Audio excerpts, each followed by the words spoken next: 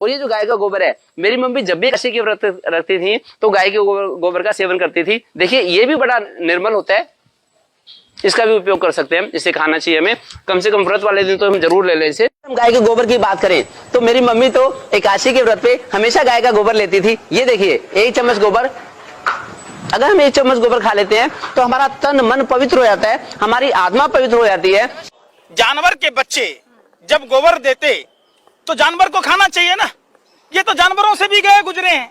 आज की साइंस ये कहती है कि हमारे जिस्म में हमको प्रोटीन की जरूरत है, कम से कम 23 अमीनो एसिड की जरूरत है। यही 23 में से 8 अमीनो एसिड हमारे जिस्म में नहीं बनते। उसके लिए फर्ज है कि ये हमारे खाने में हमें ये अमीनो एसिड मिलना चाहिए।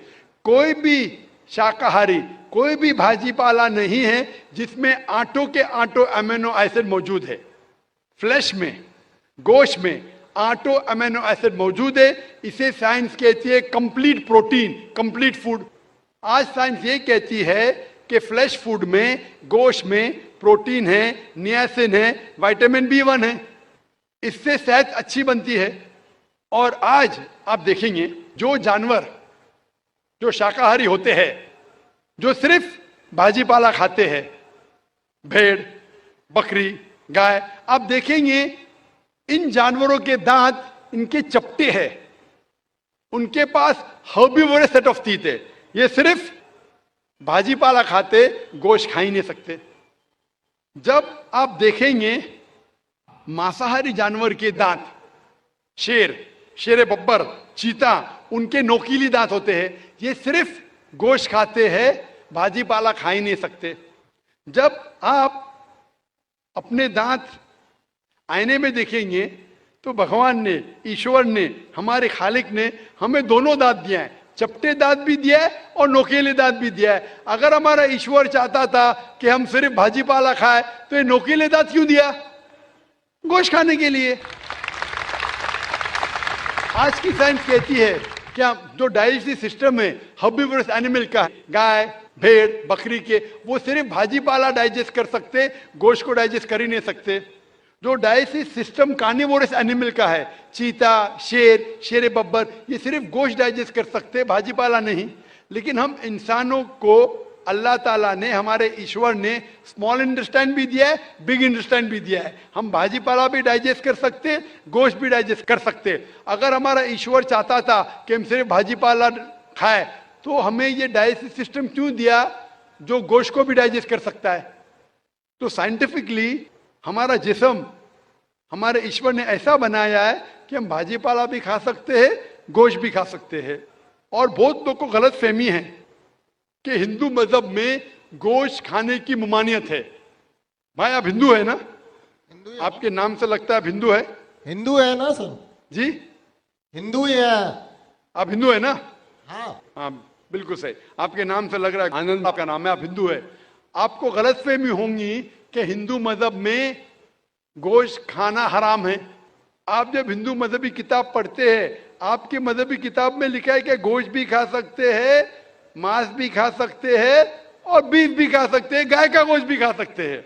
आप जब पढ़ेंगे मनुस्मृति चैप्टर नंबर 5, अध्याय नंबर 5, श्लोका नंबर 30 में लिखा है कि अगर खाने वाले जानवर, अगर खाने वाले मखलूक उस चीज को खाती है जो खाने वाले जानवर है, तो आप कोई गुनाह नहीं कर रहे, क्योंकि ईश्वर ने कुछ मखलूक को बनाया है खाने के लिए और कुछ मखलूक को खा जाने के लिए।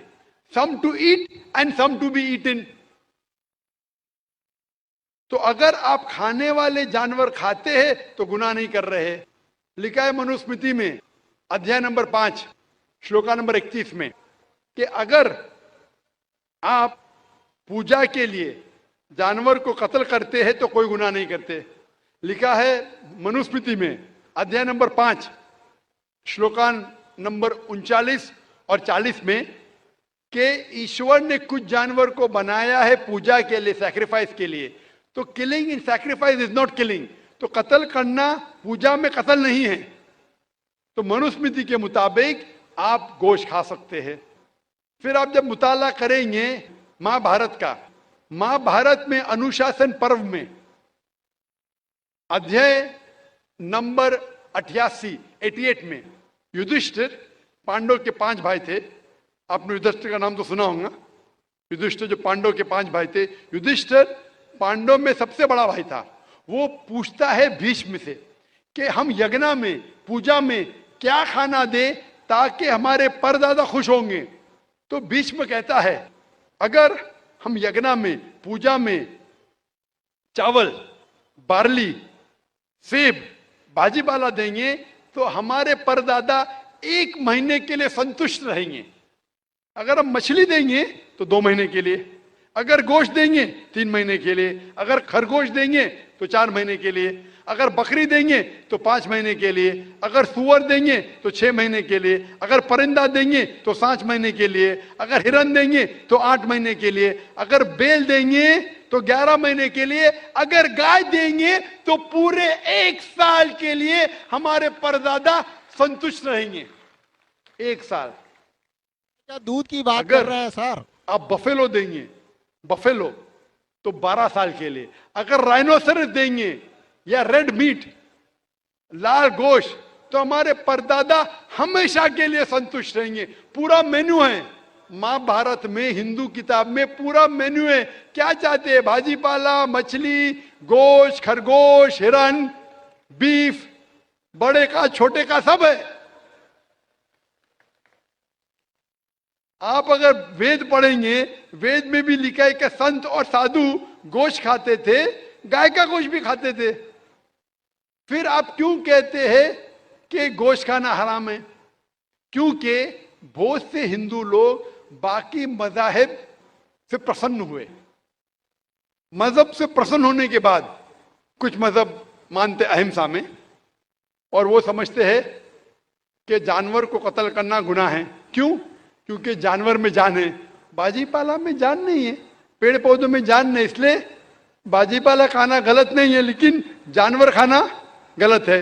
आज साइंस तरक्की कर चुका है और हम जानते हैं कि पेड़ पौधों में भी जान है, तो उनकी लॉजिक जरा बदल गई। हाँ जाकिर भाई, हम जानते हैं पेड़ पौधों में जान है, लेकिन पेड़ पौधे, उनको दर्द का एहसास नहीं है, उन्हें दर्द नहीं होता।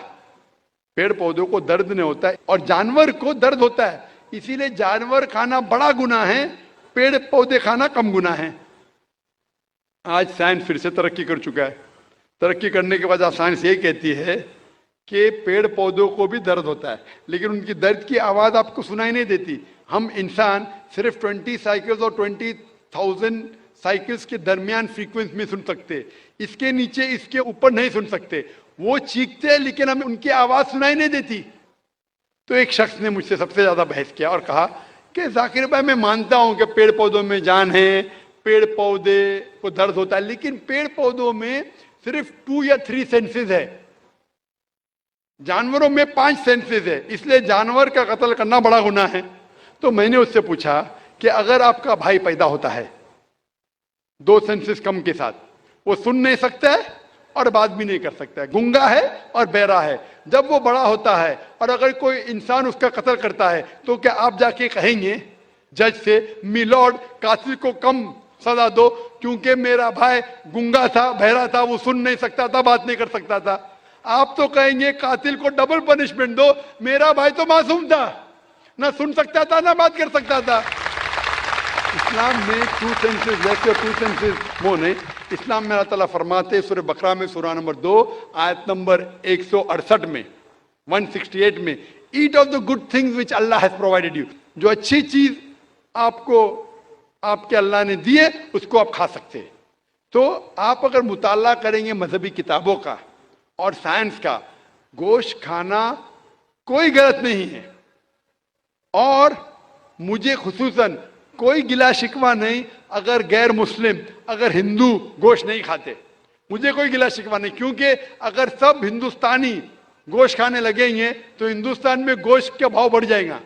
आज महंगाई का जमाना है, पेट्रोल का भाव बढ़ रहा है, सब हिंदुस्तानी गोश्त खाने लगेंगे तो गोश्त का भाव भी बढ़ जाएगा। तो मुझे कोई गिला शिकवा नहीं आप अगर गोश्त नहीं खाते, लेकिन अगर आप ये कहेंगे कि गोश्त खाना गलत है, तो आपको आपके मजहबी किताबों के बारे में नहीं पता है और साइंस का भी नहीं पता है। अगर आप कहेंगे किसी की जान नहीं लेना चाहिए तो आप 2 मिनट भी जी नहीं सकते। हम जो सांस ले रहे हैं ये जर्म्स है, जर्म्स में भी जान है।